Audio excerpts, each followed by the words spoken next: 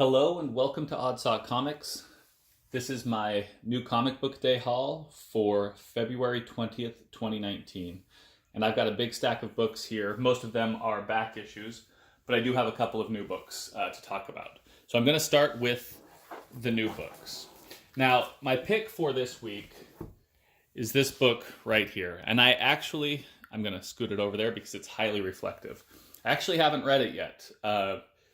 Because this is punchline number 4, and I haven't read number 1 through 3 yet because I've never been able to find them at shops as they opened. I ordered number 4. This is the variant cover. I ordered this a couple months ago. I don't remember when, but on the day that it came out. My plan was to try to pick up number 1 through 3 before it came, but I kind of forgot about it, and it came in the mail, and it's just really cool. I was able to find number 4, the normal version, at my comic shop today, and I got kind of a beat up version, but I'm not going to read it yet. I am going to say though that this is my pick of the week, partly because the other books that I read this week were not that great, but also because I kind of know what's going on with the story here. I've been talking to the creators on and off, and I follow them, and I see the way that they respond to things. And it's been really, really fun to see the way that they're developing the story and the way that they're really just having a blast making this comic book. So you can tell the way that they're thinking about it. It's a labor of love. It's an interesting book. I'm looking forward to reading it. I do know kind of the story and how it's gone. I've read panels and pages that have been released, and it all sounds very interesting. So I'm looking forward to it. But I love this cover, and one of the reasons that this is my pick of the week. The cover is beautiful, of course, but I love 9.8 near mint books. I don't have a lot of them. It's hard to get them. And this book is just in absolute perfect condition. Just looking at the edge, it just looks so nice. I don't get that very often. The comic shops that I go to are a little bit, they're not particularly careful with their books. But I look forward to reading it. I will read it, but it's going to take me a while to get the other books. Probably 2 weeks from now, I'll have all of the other books. I've ordered 1 and 2, and I will probably order 3 by the end of the night. There's an auction ongoing that I haven't decided on. All right, for the rest of my new books this week, I didn't buy any cover buys, but I'll just start with Batman number 65. Now this is, again, this is part 3 of this Heroes in Crisis. What do they call it? I don't know. It's a tie-in storyline. And it goes between Batman and the Flash, a little bit similar to the Button that happened back in issue 20 and 21 of Batman and the Flash, where it's going back and forth between the two. This story was pretty good. It's a continuation of what's been going on with Gotham Girl, and it was pretty good. There's a little bit of kind of the conflict between Batman and the Flash. I don't really like that conflict. I'm not a big fan of the Flash.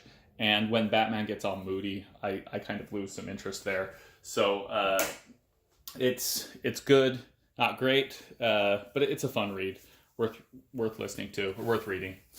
All right, next up, new comic books. I have Venom number 11, and I bought the Watchmen homage cover. This is the variant. I thought it was really cool. This is kind of a key book in the story. A lot of development here, a lot of new backstory, kind of.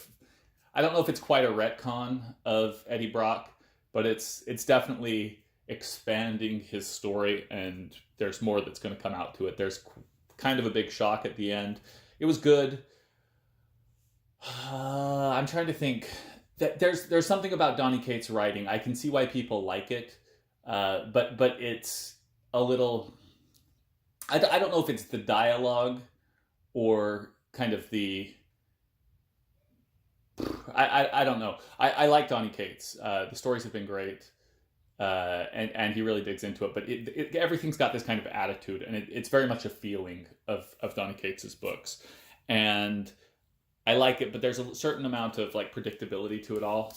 That's maybe some people like being able to predict what's going to happen in the books.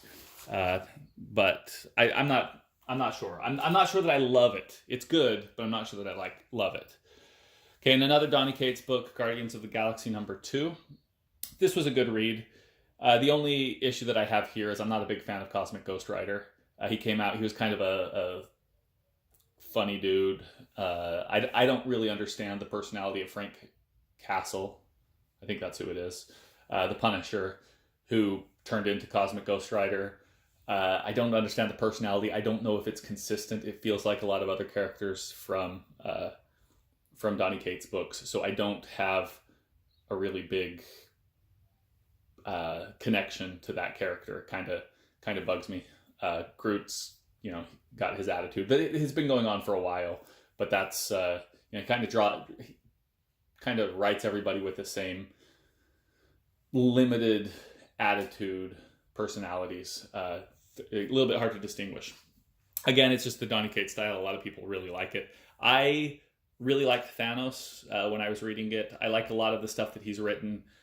I kind of started to lose interest when he was writing all of the books. Guardians of the Galaxy, I'm not sure how I feel about yet. This is only book 2. I'll give it a couple more issues. The story's interesting enough. And, I've been reading Venom. It's good. A lot of interesting stuff going on.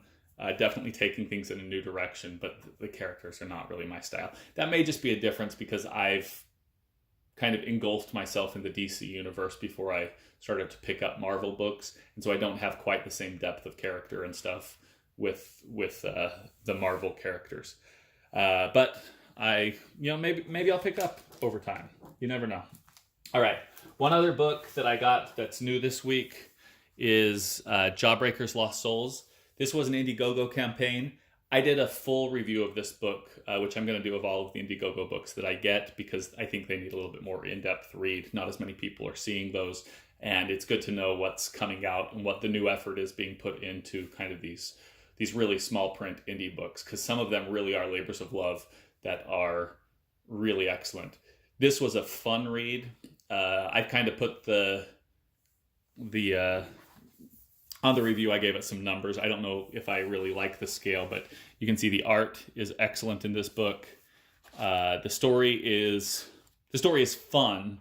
It's not the best writing ever, but it's fun. Personalities are great. Characters are great. So all in all, it's a worthwhile read. A little expensive, but this is a graphic novel size book. So there's actually 3 stories in here. All of them are a little bit longer. Couple of different art styles towards the end with the back 2 books. So all an interesting book. This is a Comicsgate book. Probably the first. Took a while to get it fulfilled, but it was worth the wait, and definitely enjoyed this. All right, now on to the back issues. So on Saturday, I was planning on going to a birthday party with my kids, and it ended up getting canceled. So instead of going to a birthday party, I took my son to a comic shop, and we just went through, how many comic books? We actually went to 2 places. They were both kind of antique shops that had a section of comic books. Anyway, I grabbed some books. None of these are really groundbreaking, but I bought a couple of different kinds just for a variety of reasons. And one of the big things that I did as I was picking these up is my son has been getting more into comic books, and I like that. And so I let him, he's looking through them. He's looking up stories and what their importance is on my phone while I'm searching through boxes, pulling out comics that might be interesting to me. So it was a lot of fun going through this. But I'll go through a little bit. So first of all, this is Wonder Woman #17. This is the Jenny Frison cover. I just like the cover a lot. My wife is a big fan of pencil skirts, and I thought that she would like this one. I like the art style. Jenny Frison is great. So I picked that up. Most of these were $3 or $4, so nothing was really high dollar or anything like that. Okay, next up I got Catwoman #0. This is not an important issue or anything like that, but it is a cool Catwoman story it's an important Catwoman story from what I understand. And the art's cool cover. Next up I have an Adam Hughes Wonder Woman. I think that's Adam Hughes, yeah. I'm only about 50% sure that's Adam Hughes. I'm pretty sure it is, but I may be mistaken here. And I got one other Adam Hughes Wonder Woman cover. So these were $3. They're not really worth anything. These aren't the really good Adam Hughes covers, but they're kind of fun to have. And I've kind of been, I just gave away one of my big Adam Hughes books, the Power Girl #1, but I still kind of like having a few Adam Hughes. They're not the big collector's pieces, but the small ones, if I can get them for cheap, I'll fill in that collection a little bit here and there with the Wonder Womans and the Catwomans when I can get those. Okay, I picked up the House of Mystery. There's nothing special about this book, but I was talking to my son about it. It's probably worth about what we paid for it. But I'm not doing this for worth. This was an interesting kind of that Copper Age horror, and they're kind of interesting books, late 70s. I thought it would be an interesting one to look at. Okay, I also have, I'm a big fan of Zatanna, and I don't know, I'd probably buy just about anything that has Zatanna on the cover. I've got two of these, just not important books. This is a Ryan Sook, I believe, and this is I don't even know who did the cover. See, there's a name on there, but I don't recognize it at all. But they're just fun Zatanna covers. I'll probably have a collection of Zatanna covers before too long. I've got some of the early covers from her back in Hawkman, Justice League, those early days. Okay, let's see. I've got another Wonder Woman book. So this is from, I think, the 1990s, 1992. This is just one of those, I don't know if women in trouble covers. They're interesting. I don't know. This one kind of stood out to me. It's not like the bondage thing or anything like that. That's the reason that it stood out. But I do think that it represents, the character in an interesting way. So that was really my thought here. We see a lot of strong women. Sometimes it's good to see women, men, whatever, in desperation. And that's something that I feel like we're missing in modern comics because of the fear of fridging a character. Too often we just get these women that are never in trouble. And the same thing happens with men, but you'll see more often men that are almost being beat up all the time and stuff. So it was just an interesting one. It was just the thought process that went through my mind when I saw it was what kind of caught me on it. Okay, next up, I did pick up an Artgerm book. I already have this one, and I like this one. This is the most awkward Artgerm cover, I think. I mean, that leg is just, maybe it's anatomically correct. Maybe that's how people would actually kick if they were kicking that high. It just looks off to me. But I got it mostly because it's funny. I got, let's see. This one is kind of interesting. So this is Before Watchmen, The Silk Spectre. And the story was by Darwin Cook, who I think passed away in 2016. And Amanda Connor did the art. Now, I like Amanda Connor's art, and I'll show you a little bit more by Connor. But this also is signed by Amanda Connor. And I've seen Amanda Connor signatures around. I don't know if she did a couple of... It seems like there's a lot of her signatures that are going around that are just sitting out there all over the place. So it was kind of nice. It was kind of cool to see this in the case. It was only $3, I think. So $3. It's a signature. It's not verified or certified or anything like that, but that's definitely her signature. You can see she does it in a number of different ways, but that's definitely her signature. But the interior art's really good in this book. I've got a few of the Before Watchmen. I liked that series as it came out and dug into the characters a little bit more. So fun book to have. Cool to have a signature for $3. Why not? Okay, so here's another Amanda Connor book. This is JSA Classified, #1. It's another good Power Girl cover. which I'll buy Power Girl covers all day long. I think that she's one of the more fun characters, especially the way that certain artists, Amanda Connor being one of them, have treated her. They have fun with her. That's important, and so I like that one. All right, let's see.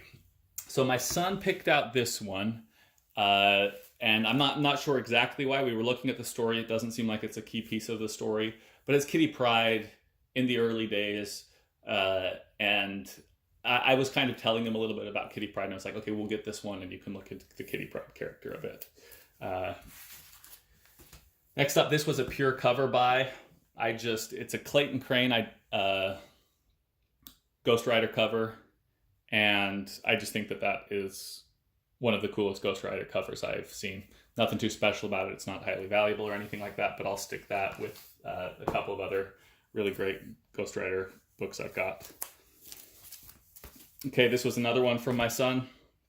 He picked up Silver Surfer number 37.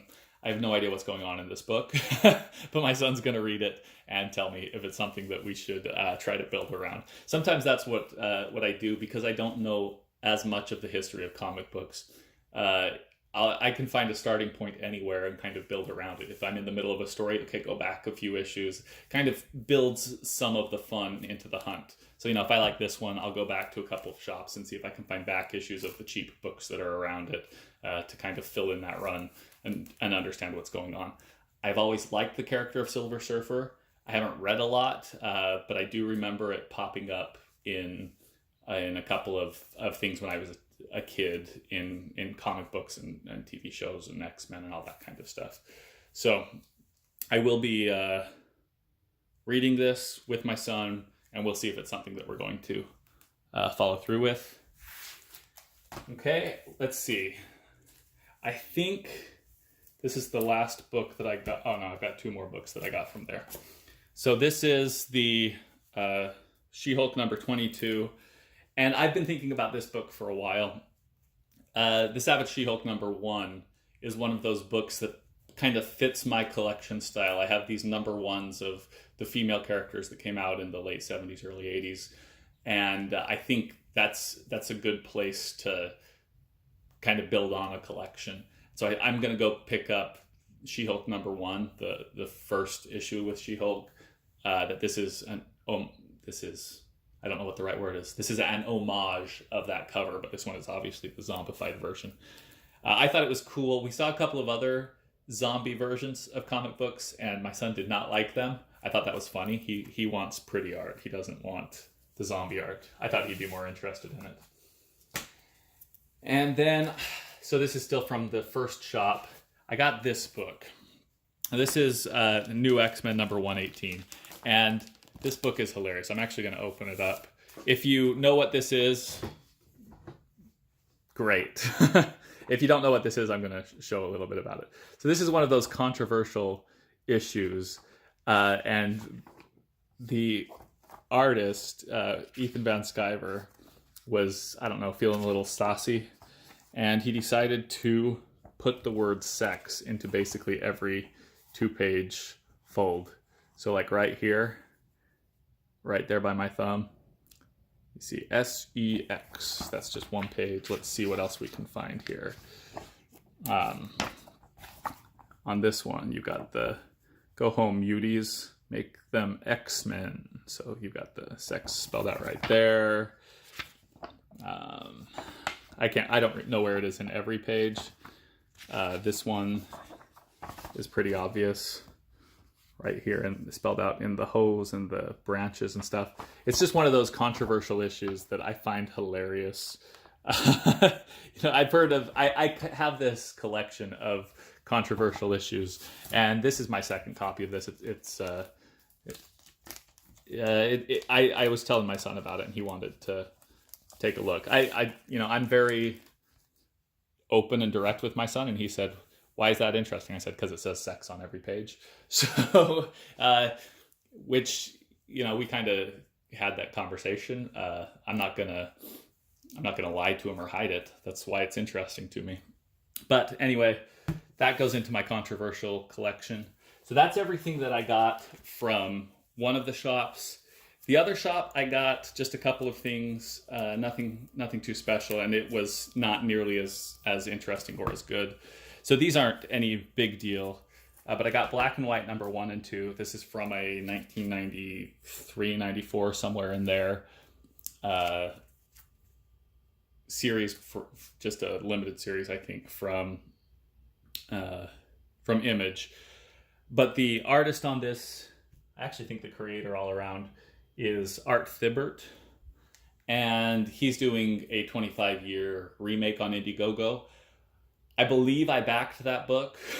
I have to double check if that's one that I backed. But I was like, hey, I'll go get I saw these were $1 a piece, and I was like, hey, I'll grab these books that it's remastered, so that I kind of know where it's coming from when I get the new remastered version of Black and White. So just something fun to read, something to get into. Then I picked up this book. This is New X-Men number 133.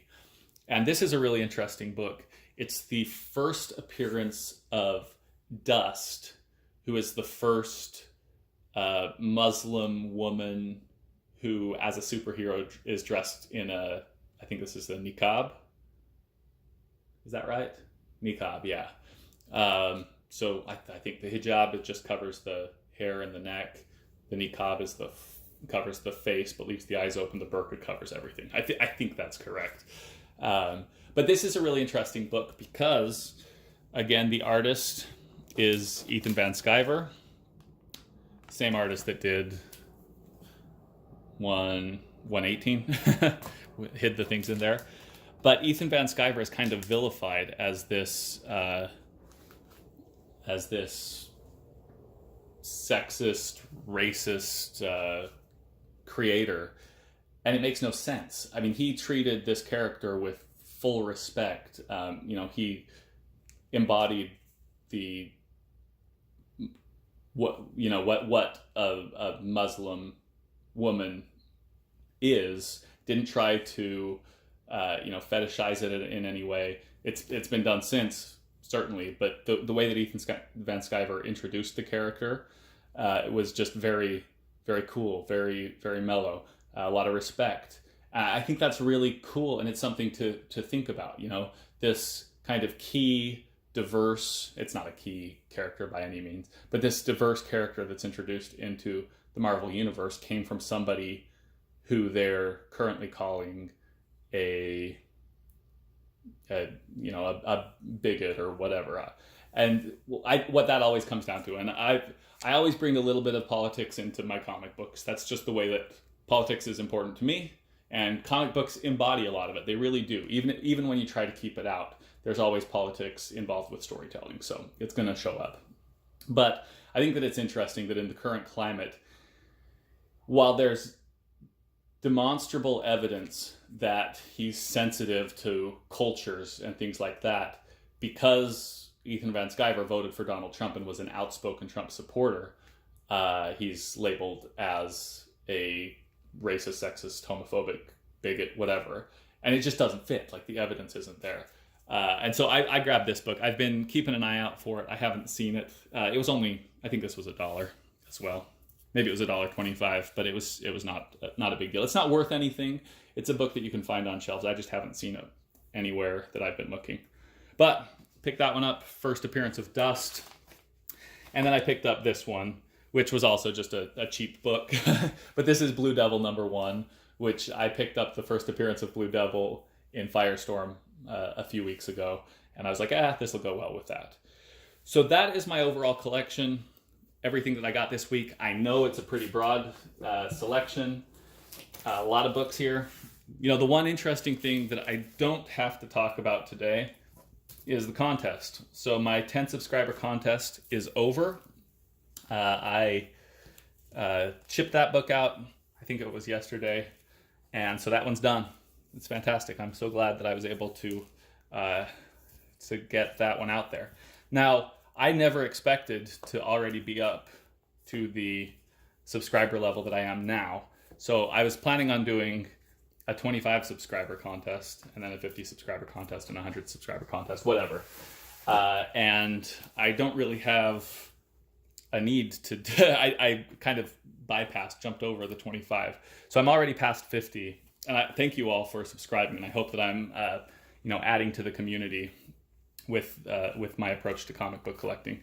But I'm going to come up with what the 50 subscriber contest is going to be, and I'll start that one pretty soon here.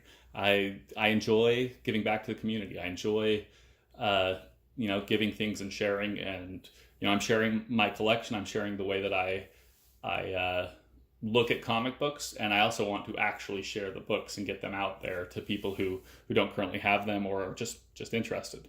So I will get that contest started within the next couple of weeks. I'm traveling next week.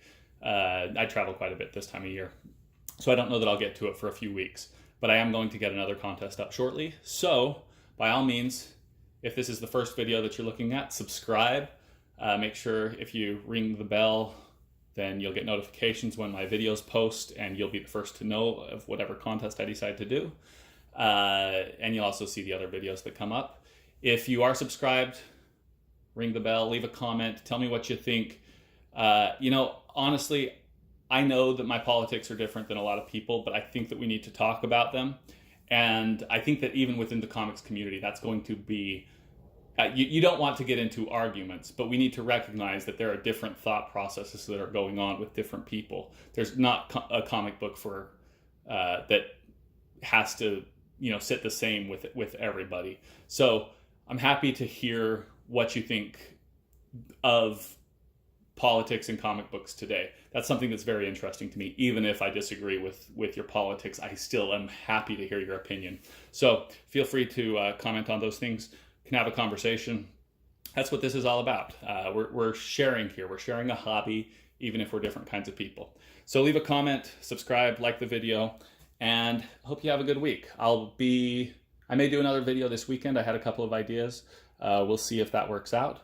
But I'm always doing something new, and I'm always looking for new comic books.